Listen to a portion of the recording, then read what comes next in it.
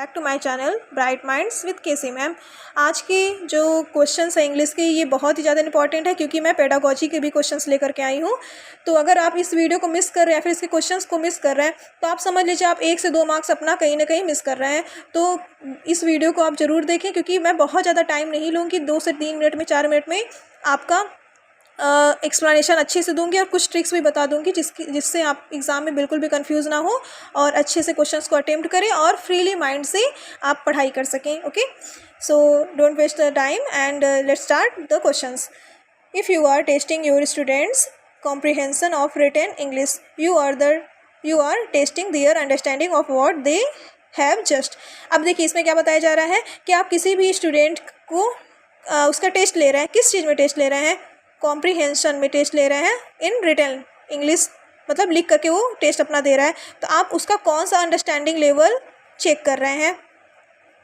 तो अगर रिटन है तो आप रिटन उसका अंडरस्टैंडिंग लेवल चेक कर रहे हैं।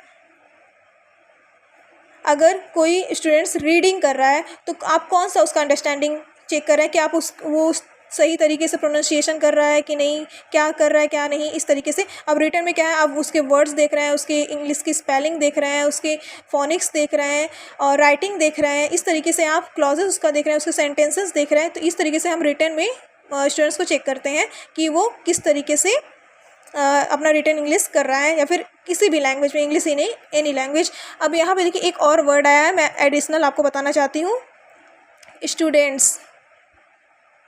इसमें देखिए अपॉस्ट्रॉफी आपका एस के बाद लगा है। तो mostly of the students notice नहीं करते हैं कि अपॉस्ट्रॉफी कहाँ पे लगना चाहिए। तो देखिए अगर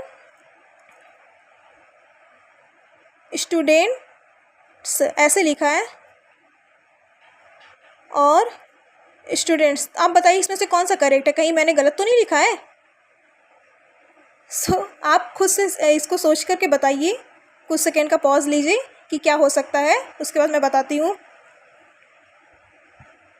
ठीक है, देखिए ये क्या है, जब भी वर्ड के जस्ट बाद अपॉस्ट्रॉफी लगता है उसके बाद एस लगता है तो इसका मतलब क्या है, यहाँ पे सिंगुलर की बात की जा रही है।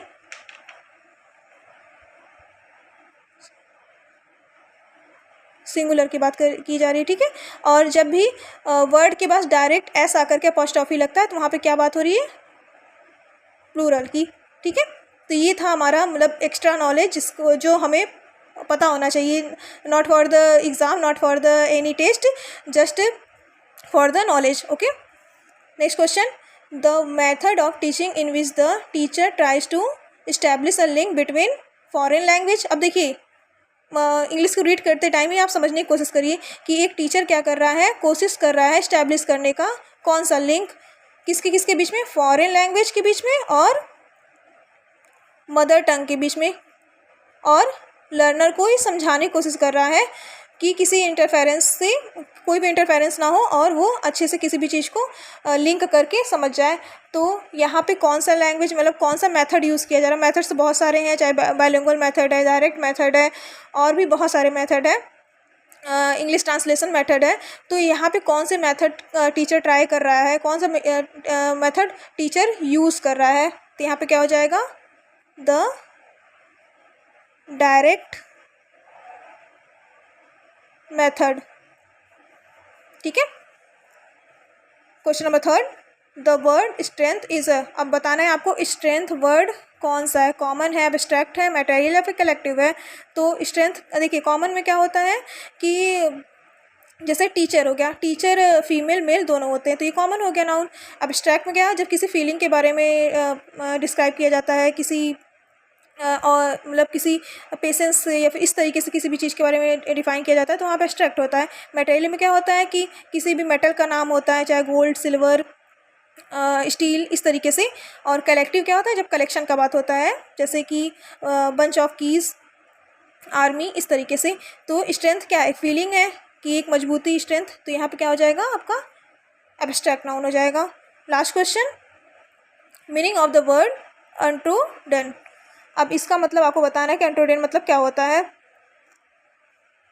ये तो सीधी सीधी बात है, अगर आपको पता है तो आप अच्छे से कर लेंगे, अगर नहीं पता तो आपका ये क्वेश्चन मिस होने वाला है। तो ये थोड़ा इंपॉर्टेंट है क्योंकि ये रिपीट हुआ है एग्ज़ाम में, तो आप इस चीज़ को अपने माइंड में रख लीजिए, या फिर आप कहीं कॉपी में मेंशन कर लीजिए, या फिर स्क्रीनशॉट ले लीजिए, जिससे आप इसको अपने माइंड में रखे रहें और भूलें ना, क्या पता लास्ट टाइम पे एग्ज़ाम में आ जाए। तो ये इसका मीनिंग होता है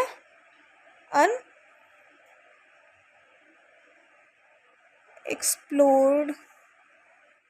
इसका मतलब क्या होता है? जिसकी जांच नहीं की जा सकती है, मतलब जो चीज़ें टेस्ट नहीं की जा सकती, उसी को हम लोग क्या कहते हैं? अनटोटेड कहते हैं या फिर अनएक्सप्लोर्ड कहते हैं। तो ये रहा हमारे इंपॉर्टेंट क्वेश्चन। अगर आपको किसी भी टाइप का कोई भी प्रॉब्लम हो तो कमेंट बॉक्स में करिए, मैसेज करिए मुझे। और ये 2 बहुत ही इंपॉर्टेंट पेडागोजी के क्वेश्चन थे जो एग्ज़ाम में आए हुए हैं, तो इसको भी आप दिमाग में रखिए और अलग से और भी मेथड्स के बारे में पढ़ लीजिए। और यहाँ पे जो भी कॉम्प्रिहेंशन के लिए या फिर किसी भी अंडरस्टैंडिंग के लिए होता है, समझने के लिए, तो उसको ध्यान में रखिए। जैसे होता है LSRW, ये चारों के बारे में आप अच्छे से पढ़ लीजिए।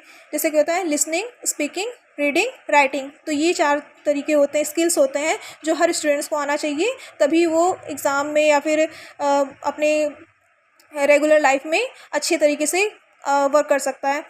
सो अगर आपको नेक्स्ट पार्ट चाहिए तो आप कमेंट बॉक्स में नेक्स्ट पार्ट लिख दीजिए, या फिर किसी भी टाइप कोई भी इशू हो मुझे मैसेज करिए, मैं आपको उसका रिप्लाई दूंगी। और मैं इससे बेटर वीडियो ला कर के आपके एग्ज़ाम के लिए फ्रूटफुल बनाऊंगी। So thank you so much for watching the video. Don't forget like and subscribe my channel bright minds with KC ma'am.